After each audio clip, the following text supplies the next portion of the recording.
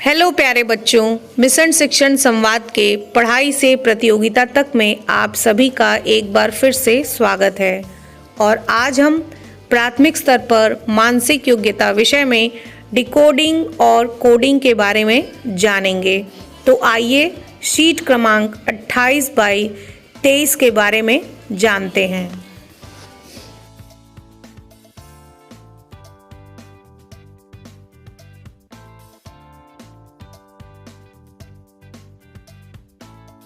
आज का हमारा प्रकरण है कोडिंग और डिकोडिंग।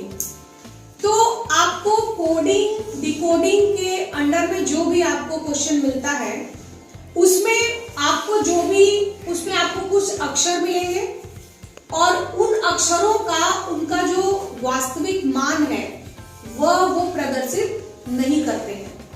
जैसे अगर वो ए लिखा है तो वो ए वहां पे शो नहीं कर रहा है, उसका मतलब कुछ और है। वह अपनी वास्तविक मान को प्रदर्शित नहीं करते और उनके जो शब्द होते हैं, उनके जो वास्तविक मान नहीं होते हैं, वो कल्पित मानों को प्रदर्शित करते हैं। मतलब जो उनका वास्तविक मान होता है वह नहीं होता है, वो कुछ ना कुछ मानों को कल्पना की गई होती है। तो ये जो कल्पित मान होते हैं, उन कल्पित मानों को ही हम सांकेतिक भाषा कहते हैं। तो आप इन सभी चीजों को फॉलो करते हुए उन अक्षरों को, शब्दों को, वास्तविक मान को, कल्पित मान को और सांकेतिक भाषा को ध्यान में रखते हुए जब आप उससे संबंध को देखेंगे तो आप उसके वास्तविक मान को निकाल पाएंगे। वह सभी एक दूसरे से ही संबंधित होते हैं। उसके लिए आपको उनके वास्तविक मान, कल्पित मान और सांकेतिक भाषा को ध्यान में रखते हुए उन प्रश्नों को हल करना पड़ेगा। कोडिंग डिकोडिंग को और अच्छे से समझने के लिए आइए हम एक उदाहरण को हल करते हैं। ये उदाहरण आपका है, इसमें ये प्रश्न पूछा गया है कि यदि शब्द COUNSEL को किसी सांकेतिक भाषा में BITIRAK लिखा जाता है तो उसी भाषा में GUIDANCE को किस प्रकार लिखा जाएगा। सबसे पहले तो बच्चों आपको इस उदाहरण को हल करने के लिए आपको पूरा अल्फाबेट A to Z जो है आपको अपने दिमाग में पूरा रखना है, या तो आप रफ वर्क में उसे कहीं लिख लीजिएगा। जब आप रफ वर्क में A to Z लिख लेंगे, 1 to 26 उसकी नंबरिंग होती है। जब आप A से स्टार्ट करेंगे तो 1 से स्टार्ट होकर के 26 तक जाएगा, और जब आप Z से स्टार्ट करेंगे तो 1 to 26 उल्टा ऐसे जाएगा। मतलब 1 अगर Z होगा तो 26 A पे होगा, और अगर A 1 होगा तो Z 26 पे आएगा। उसमें प्लस माइनस, जैसे कि मान लीजिए A पे 1 है तो आपका C जाएगा थर्ड पे, तो वो A to C आपका +2 हो जाएगा, B आपका +1 हो जाएगा। तो इन सभी बातों को आप ध्यान में रखते हुए इस उदाहरण को देखते हैं। तो आइए, जैसे कि COUNSEL, इसको हम देखने का प्रयास करेंगे कि यह किस तरीके से सांकेतिक भाषा में इस तरीके से ये आया है। तो अगर आप ध्यान देंगे तो C को रिप्लेस कर रहा है B। तो आपको ये पता है कि C से जस्ट पहले B आता है, तो मतलब यहाँ पे -1 हुआ है। इसी तरीके से आपका O है, तो O की जगह पे यहाँ आ गया है I। तो जब आप I से O से जब आप बैक जाएंगे -6, जब आप 6 अल्फाबेट पीछे जाएंगे तो आपको O से जब आप 6 अल्फाबेट पीछे जाएंगे तो आपको I मिलेगा।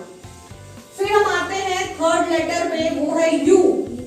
U पे आपका ये आ गया है T। जब आप U देखेंगे तो U से जस्ट पहले आपका आता है T, यहां भी -1 है। इसके बाद हम फोर्थ पे आएंगे, आपका ये S है। S आपका यहाँ पे गया है, फोर्थ लेटर है R, ये भी आपका -1 है। R S सभी को पता है, R S, R के बाद S आता है। फिर ये E जब है हो गया है A, -4 जब आप E से 5 लेटर बैक जाएंगे, -4 4 लेटर जब आप बैक जाएंगे तो आपको A मिलेगा। इसी तरीके से आपका जो L है ये भी जब आप यहाँ पे K लिखा हुआ है तो जब ये भी आप एक लेटर बैक जाएंगे तो आपको ये K मिलेगा। ठीक इसी सेम पैटर्न को जो हमें एक ये सांकेतिक भाषा में दे दिया गया है, हम इसी पैटर्न को फॉलो करेंगे और जो ये हमारा अक्षर दिया हुआ है इसी पैटर्न को फॉलो करते हुए हम यहाँ निकालने की प्रयास करेंगे कि इसकी जगह पे कौन सा शब्द आएगा। जो हमारे A, B, C, D में जो ऑप्शन दिया हुआ है उसको देखेंगे कि वह किससे मैच कर रहा है।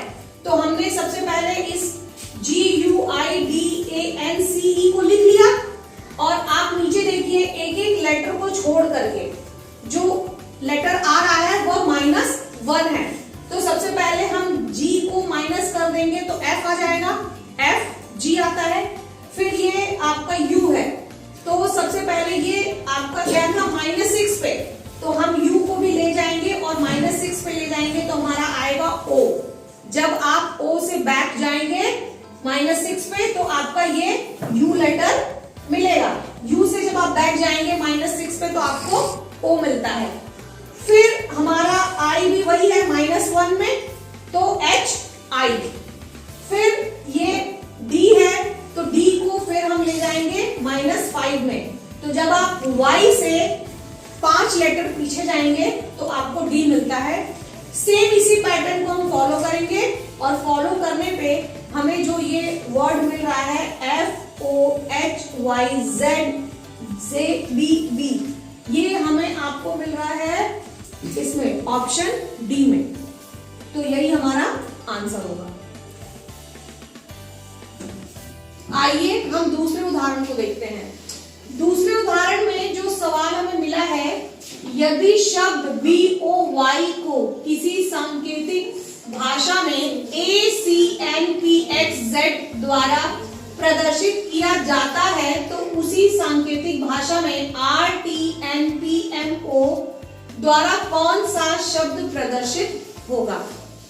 तो यहाँ पे आप ध्यान दीजिए कि ये जो है, ये शब्द जो है वो 3 अक्षरों से बना हुआ है और जो आपको ये शब्द मिला है इसमें 6 है। अब इसमें थोड़ा देखना पड़ेगा कि ये कैसे, मतलब एक की जगह पे 2 लेटर्स कैसे आ रहे हैं।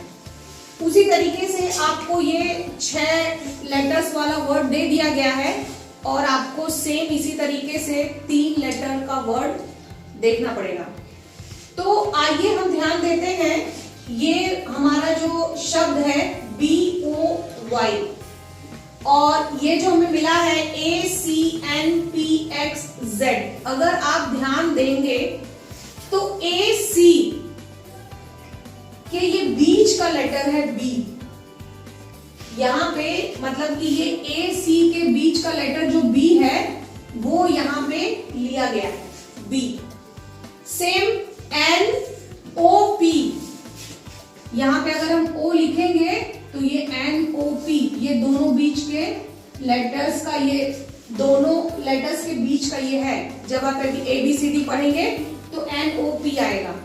सेम इसी तरीके से ये XYZ आएगा, मतलब कि X और Z के बीच का लेटर जो Y है वो यहाँ पे लिखा गया है। तो ये हमें सांकेतिक भाषा से जो हमने वास्तविक निकाला वो ये हमारा निकल करके आया है कि इसके ये समझा दिखाने की कोशिश की गई है कि 2 लेटर्स के बीच जो लेटर आ रहा है वो यहाँ पे लिखा है। ये 3 है लेकिन यहाँ पे ये 6 है। हम सेम इसी पैटर्न को फॉलो करेंगे जो हमें ये 6 लेटर का वर्ड मिला है। ये हमें मिला है RTNPMO। तो हम जानते हैं कि RST होता है, NOP होता है और MNO होता है। तो जब हम इसके बीच के लेटर को ले लेंगे तो आपका आ जाएगा SON। ये हमारा ये वर्ड बन जाएगा जो कि हमारे आंसर C में दिखाई दे रहा है। तो इसका आंसर हमारा क्या होगा? C। समझ में आया? आशा है आप लोगों ने इस टॉपिक को अच्छे से समझा होगा। यहाँ पे कुछ प्रश्न अभ्यास के लिए दिए गए हैं, इसे हल करने का प्रयास करें और पिछले शीट का आंसर भी दिया गया है। अगर आपने उन शीट को हल किया है तो उसके हल से अपने हल का मिलान कर लें।